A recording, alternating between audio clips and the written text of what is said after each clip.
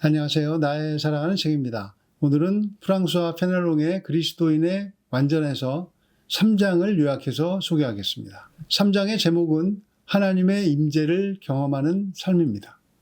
일출이나 무지개 같은 것을 보면 우리는 먼저 휴대폰을 찾습니다. 그 멋진 장면을 담기 위해서입니다. 휴대폰 성능도 좋아졌으니 멋진 사진을 찍는 것은 좋은 일입니다. 그런데 휴대폰에 담아놓은 사진들을 마음만큼 자주 찾아보지는 않습니다. SNS에 올릴 때나 가끔 다시 볼 가능성이 큽니다.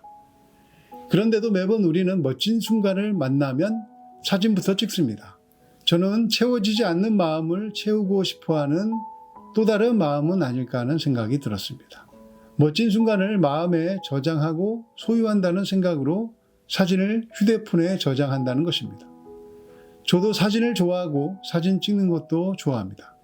그런데 가끔은 사진을 찍어도 괜찮고 안 찍어도 괜찮은 자유함도 누리면 어떨까 하는 생각이 듭니다. 멋진 자연에서 지으신 분의 손길이 먼저 느껴질 때는 사진을 안 찍어도 괜찮지 않을까요? 그분으로 인한 만족감으로 마음이 차오른다면 사진은 2순위, 3순위가 될 것 같습니다. 행여 휴대폰으로 사진 찍느라 마음이 분주해진다면 고요하게 말씀하시는 그분의 음성을 듣지 못하게 되는 수도 있게 되니까 말입니다. 저는 이 책 3장에서는 영혼이 발전하는 세 단계에 대한 글이 인상적이었습니다. 나는 몇 단계쯤일까 생각해 보니까 2단계에서 3단계로 가는 여정에서 부딪히고 깨지고 다시 일어나고 하는 과정을 겪고 있는 것은 아닌가 하는 생각이 들었습니다. 고요한 마음으로 함께 글을 보겠습니다. 파트 3. 하나님의 임재를 경험하는 삶. 일반적으로 하나님을 섬기는 사람은 거의 대부분 자신을 위해 하나님을 섬긴다. 그들은 무엇을 잃기보다는 이득만을 생각한다. 고난보다 위로를, 버림보다 소유를, 쇠퇴함보다 흥함을 원한다. 우리 영혼이 어떤 단계를 거쳐 성장하는지 살펴볼 필요가 있다. 첫 번째는 외부의 사물로부터 해방되어 자신의 내부에 몰입하고 자신의 이익을 위해 자신의 상태에 집착하는 단계다. 두 번째는 자신에 대한 생각과 하나님에 대한 생각을 접목시키고 하나님을 경외하게 되는 단계다. 그로 인해 미미하나마 진정한 지혜가 싹트게 되지만 여전히 자신 안에 쌓여있는 상태다. 이 단계에 이르면 자신이 하나님을 경외한다는 확신을 갖고 싶어한다. 그리고 자신이 하나님을 경외하지 않을까 봐 두려워한다. 그러면서도 계속해서 자신의 행동으로 돌아와 자신을 의지한다. 세 번째는 영혼이 자신에 대해 더 이상 걱정하지 않는 단계다. 자신보다 하나님을 더 자주 생각하기 시작하고 자기 이익이 배제된 사랑으로 하나님께 더욱 관심을 갖기 위해 스스로를 잇는 습성을 갖게 된다. 그렇다고 자신의 실수를 보지 못하거나 자신의 불의함을 간과한다는 뜻이 아니다. 오히려 우리 영혼은 그것을 전보다 더 잘 느끼게 된다. 영혼의 빛은 더욱 밝아져서 자신의 타락을 더 잘 보게 된다. 하나님의 임재의 기쁨과 위안을 느낄 때만 헌신하는 사람은 신약에서 예수 그리스도의 가르침보다 오병이어의 기적에 더 흥분했던 무리와 같다. 환상이나 기쁨에 집착하는 삶은 매우 위험한 함정이다. 그 이유는 첫째, 기쁨의 원천이 메마르고 더 이상 다른 지원을 받지 못할 때 기도를 멈추게 될 것이며 하나님에게서 떠나게 될 것이기 때문이다. 둘째, 모든 착각은 감각적인 기쁨에 집착할 때 나타나기 때문이다. 영혼들은 이 점에서 참으로 둔감하다. 그들은 무엇을 느껴야만 확실한 것이라고 생각한다. 토마스 아 캠피스는 그리스도를 본받아에서 하나님이 당신의 마음속에 있는 달콤함을 거두어 가실지라도 그 모든 기쁨이 제거되었다는 사실 앞에서 기뻐해야 할 것이라고 말했다. 주님께서는 우리가 감정과 관계없이 주님을 깊이 신뢰하는 것을 배워갈 때까지 기쁨도 주지 않으시며 우리를 단련시킬 수도 있다는 이야기입니다. 일부로 전체를 표현하는 대유법처럼 이 책의 일부 글로 책 전체 내용을 비유해야 한다면 저는 슬픔에서 우리를 돕는 것이라는 제목의 글을 고를 것 같습니다. 믿음의 사람이 종종 사용하는 단어 가운데 만사형통이라는 말이 있는데 그 뜻이 사람마다 조금씩 다른 것 같습니다.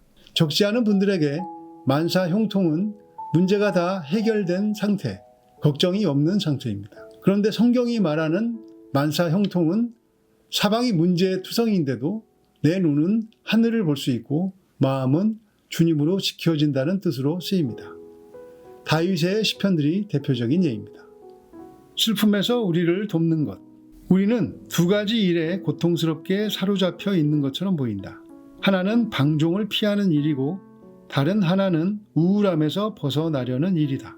우리의 상상은 수만 가지 헛된 잡념으로 혼잡해질 수 있다. 하지만 그것이 어쨌단 말인가? 상상은 어릿광대에 불과하다. 산만한 상태를 감시할 때마다 하나님의 임재 속으로 들어가려는 성실함을 보인다면 그분의 임재 속에서 풍성한 축복을 얻게 될 것이다. 추론과 많은 묵상을 통해 스스로 하나님의 임재를 붙잡으려고 노력하지 말라. 단순히 일상생활에서 직업의 일을 수행하면서 하나님을 생각하는 것으로 만족하라. 당신이 제어할 수 없는 복잡한 상념을 가지고 애태우지 말라. 주의가 산만하지 않을까 걱정하면 오히려 그것이 산만함의 원인이 된다. 우리는 자신과 다른 사람에게 참지 못하고 거만하며 언짢아한다. 정말 개탄할 만한 잘못이다. 하나님의 일이 우리의 분노로 수행될 수 있다고 생각하다니. 우리 안에 평화가 없으면서 평화의 하나님과 하나가 되려 하다니. 자아의 망각은 가장 완벽한 회개이다. 이런 망각은 자기 애를 제거해 준다. 자기 애가 없어지는 것은 오직 자기를 잊을 때이다. 우리는 계속해서 갈등하고 새로운 무엇인가를 해야 할 것이라고 생각해 왔다. 하지만 정작 그 반대로 우리가 해야 할 일은 별로 없다는 사실을 깨닫는다. 그래서 미래에 대해 너무 많이 생각하지 않게 된다. 우리는 자신을 책망하고 싶어 할 것이다. 하지만 우리가 자신을 고칠 수는 없다. 누가 손을 뻗어 우리를 그 진흙탕에서 구해줄 수 있겠는가? 우리 스스로인가? 그 속으로 들어가게 한 장본인은 당신이다. 더욱이 그 진흙탕은 우리 자신이다. 결국 우리가 괴로워하는 이유는 우리 스스로 거기서 나올 수 없기 때문이다. 스스로에게서 떠나라. 그러면 당신은 평화를 얻을 것이다. 자신을 떠나는 방법은 무엇인가? 오직 자신을 조용히 하나님께 향하기만 하면 된다. 다윗은 나는 항상 내 앞에 계신 당신을 보았습니다 라고 말했다. 또한 나의 발이 올무에 빠지지 않기 위해 내 눈은 항상 주께로 향하나이다 라고 고백했다. 위험한 것은 그의 발이었지만 그는 항상 눈을 위로 향했다.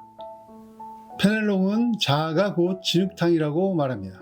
그리고 늪에 빠진 것처럼 우리 자아는 어떤 외부의 힘과 도움 없이는 늪에서 빠져나올 수 없다고 합니다. 하나님께서는 이 혐오스러운 세상으로부터 우리를 구하시기 위해 오셨다고 합니다. 하나님의 은혜로 진흙탕에서 뒹굴던 자신을 정직하게 바라보게 되면 속에서 어떤 희망도 없다는 것을 알기에 시선이 바깥으로 갑니다. 그때 손을 내미시는 하나님을 만날 수도 있습니다. 만사형통은 세상의 일이 술술 풀리는 것이 아닌 것 같습니다. 하나님의 손길로 죽음의 늪에서 벗어났으니 꽃길만 걸어가게 되는 것도 아닌 것 같습니다. 늪에서 벗어나서 다시 가시밭길과 진흙탕 길을 걷게 되어도 영원한 생명을 주신 주님이 마음에 가득하기에 그 힘든 환경이 문제가 되지 않는 것이 오히려 만사형통의 참뜻에 가까울 것 같습니다. 아침마다 늘 새롭게 주님 만나시기를 예수님의 이름으로 축복합니다. 감사합니다.